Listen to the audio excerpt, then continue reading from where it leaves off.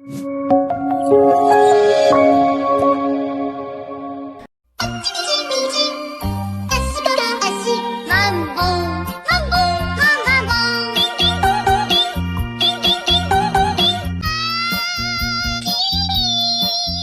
semuanya, perkenalkan nama saya Fahrial Akselino Wajemus selaku narator dalam anggota kelompok kami.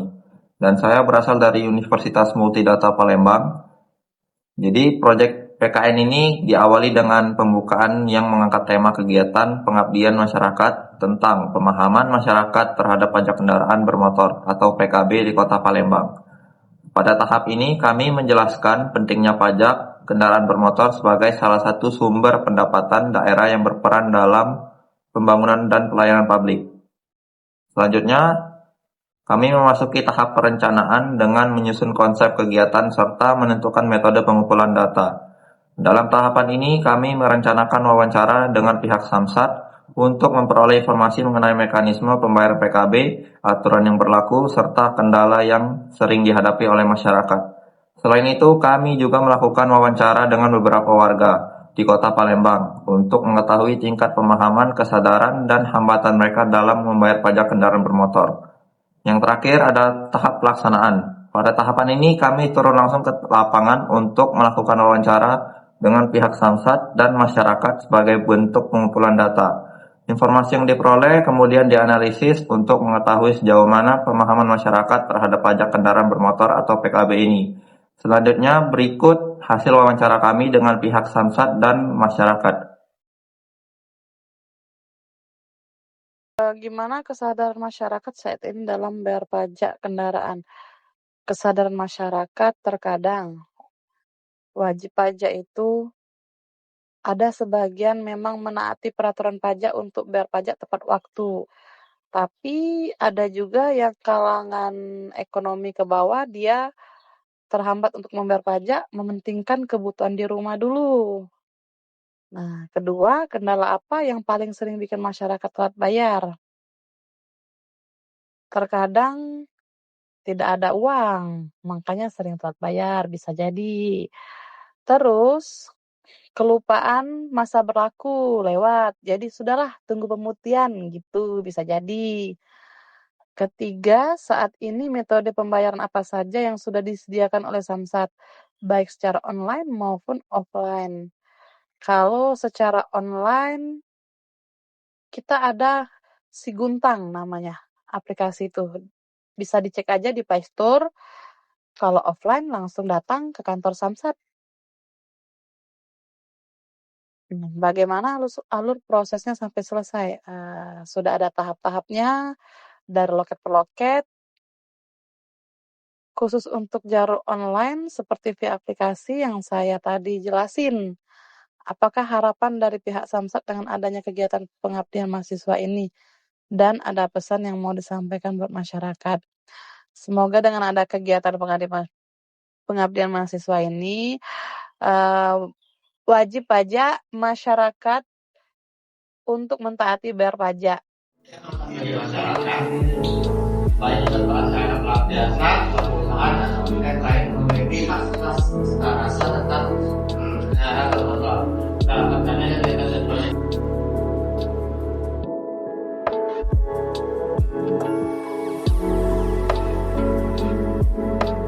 Selamat pagi Ibu, sebelumnya saya Fahrial dari Universitas Multidata Palembang. Ingin mewawancarai Ibu tentang pajak. Sebelumnya boleh Kak Ibu memperkenalkan diri dulu? Nama saya Dewi. Oke, baik. Terus kalau boleh tahu jenis kendaraan apa ya? Untuk kendaraan roda 4 sama roda 2, Pak. Langsung saja kita wawancara. Jadi menurut Ibu itu penting nggak sih bayar pajak? Kalau untuk bayar pajak ke negara sih ya penting, untuk kita juga penting.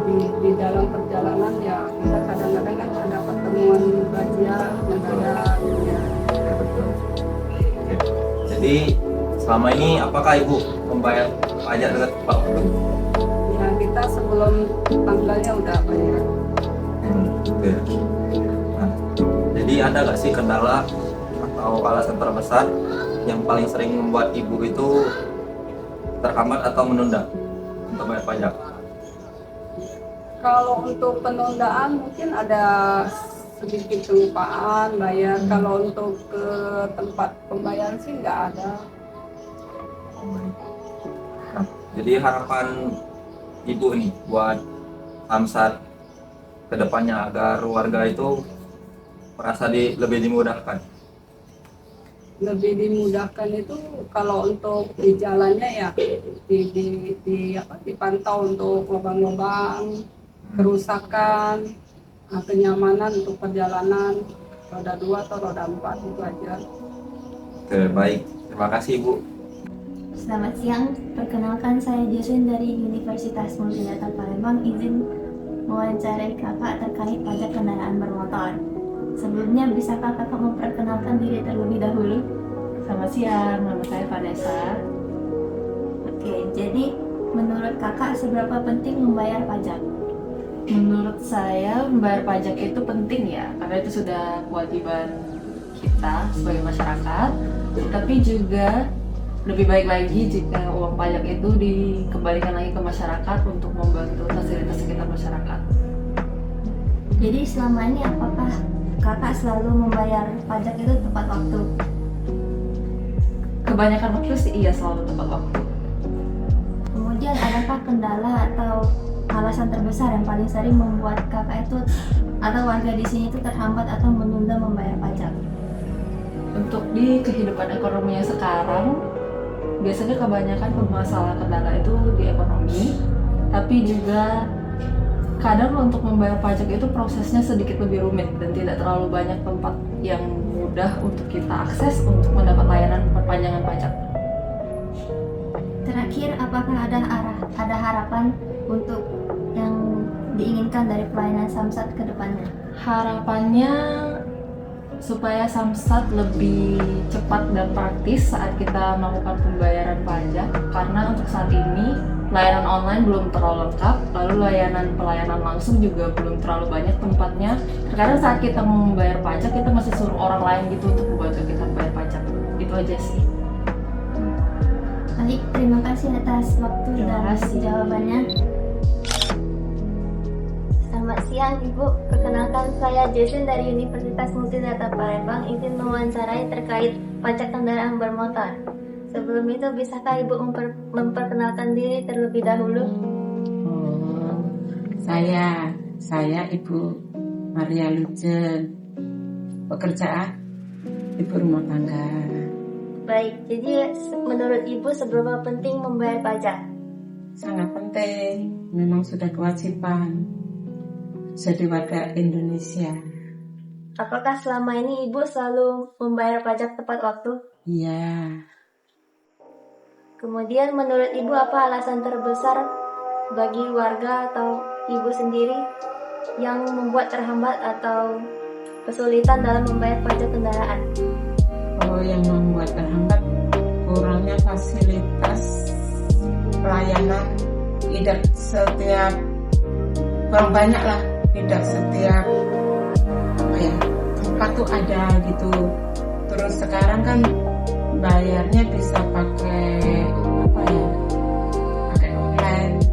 Nah, untuk orang tua seperti saya ini kadang kesulitan, belum bisa untuk mengoperasikan alat tersebut. Terakhir, apakah ada harapan bagi Ibu untuk pelayanan Samsat ke depannya agar warga merasa lebih dimudahkan? Oh, iya dong, harus lebih diperbanyak tempat pelayanannya.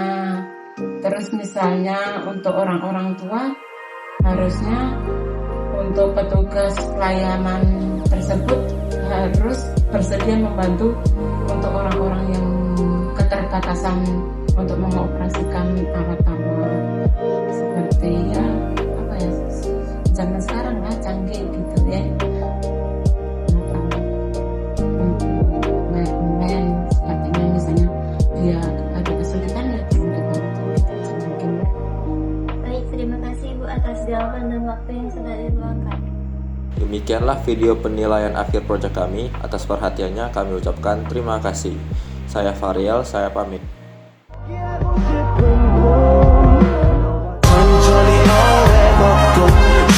until the end of time.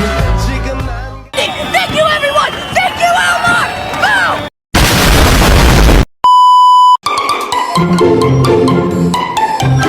Boom!